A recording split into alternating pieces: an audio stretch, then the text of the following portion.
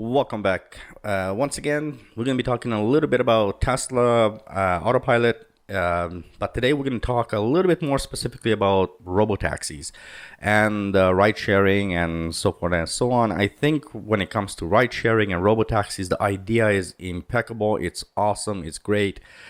But there are some key problems that I haven't really heard many people talk about, and it doesn't mean people haven't, I just haven't heard about them. So let's get right into the video, and I'm going to go into it and talk to you guys a little bit about this.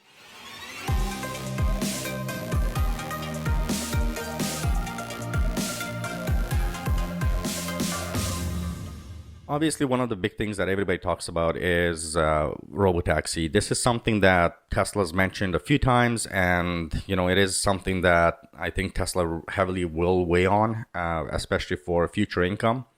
This is something that is great. I think it's great as a idea, but I see a few flaws.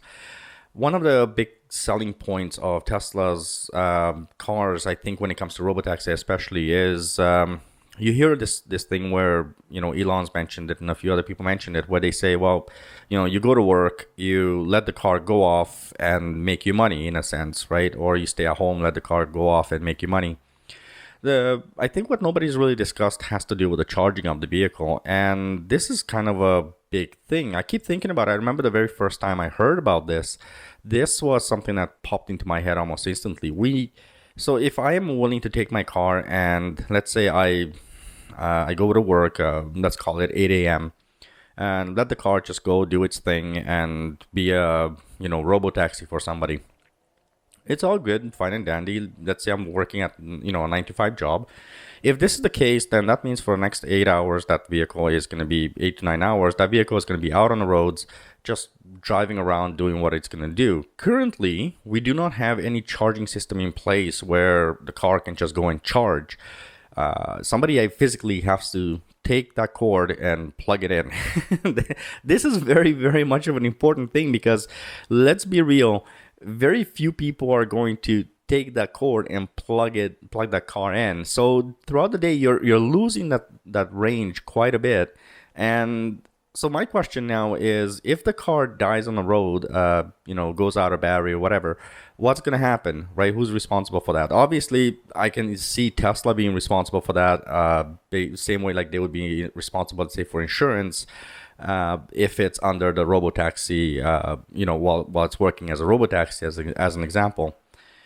So that brings me to an interesting point. One, we now need a different type of infrastructure. So we would need infrastructure, for example, where the vehicle can go off and go over, let's say, a charging pad, and then bam, it charges up and it's ready to go again. This is something that we're not in there. There is technology being developed for this, but it's not something I haven't seen. My car cannot do it, so obviously that's not something that's out there. And so this kind of worries me a little bit. And the second part of that is also you have to look at the people who would be using the car. They're not going to go out of their way to basically take the car, and go and charge it up and then come back and continue on with their things. What they're going to do is they're going to get to the destination, get out of the car and move forward, and that's it. Basically, think of it like a car to go.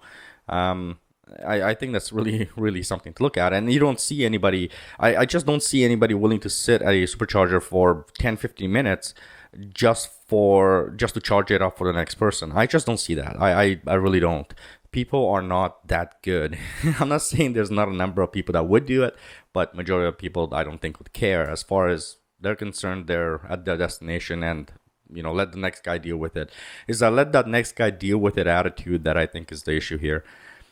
So what do I think that this is something that's feasible? I think it's feasible as a car to go kind of system, like as a car sharing system.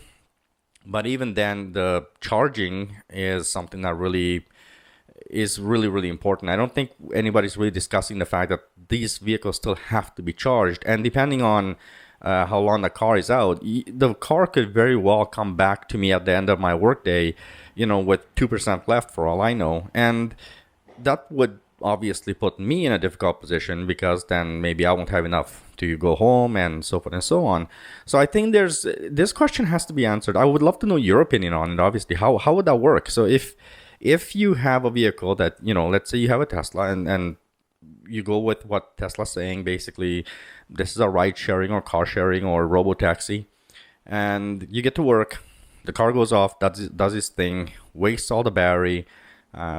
Who's responsible for charging that car? And even more so, what happens if the car goes out of an area?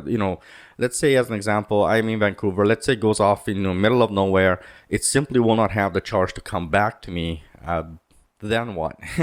So I don't know. This is not something that's been asked. It's not something that anybody's been really talking about. And I remember I thought about this basically the second day I heard the word Robotaxi.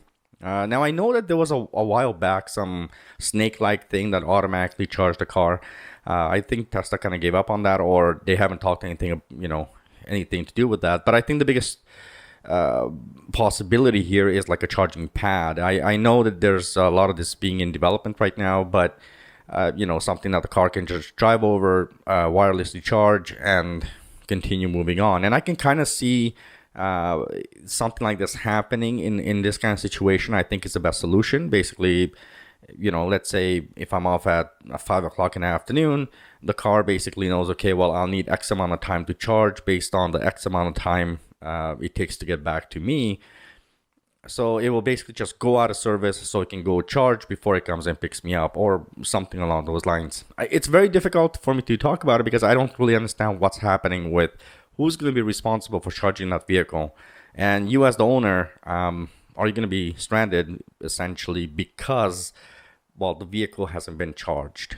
It's a curiosity I have. I hope you guys will let me know your opinions. Maybe there's something I didn't think of. I'm not that smart, so it's not impossible. All right. Thank you very much for your support. I truly appreciate it. The channel is growing. So if you want to subscribe to the channel, I truly appreciate it. I'm trying to get this channel up to 1,000 subscribers. If it's possible, I'd like to do it by summer of 2020. So help out. Share this video with some of your other Tesla fans, social media especially, because I think this question has not come up enough. I think it would be a great question to kind of have a conversation about. I'm going to try and get a hold of Tesla to ask questions like this and see if anybody knows anything with regards to this type of information. All right, that's it. Drive safe, everyone. Bye-bye.